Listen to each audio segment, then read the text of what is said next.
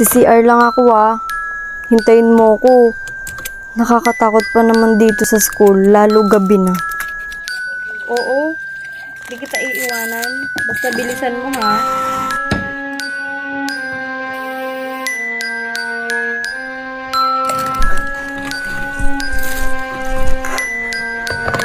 Kagi, nakalak sa labas.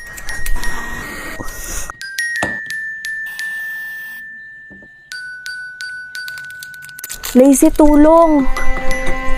Lacey, naririnig mo ba ako?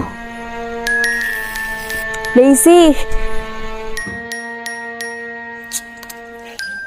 Kinabahan ka ba? It's a prank. Binuksan ko na yung pinto.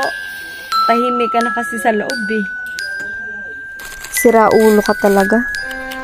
Pakuwan na nga rin ang bag ko. At umuwi na tayo.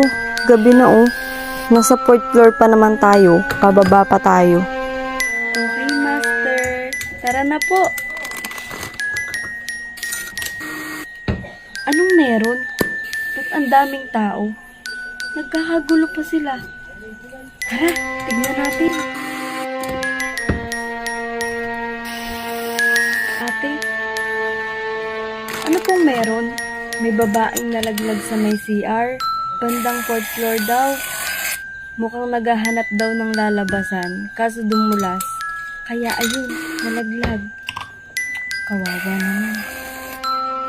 Na-identify po ba kung sino? Naririnig-rinig ko yung pangalan.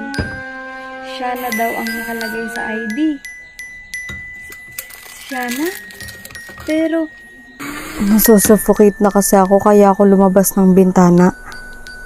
Kaso nadulas ako kaya nalaglag ako.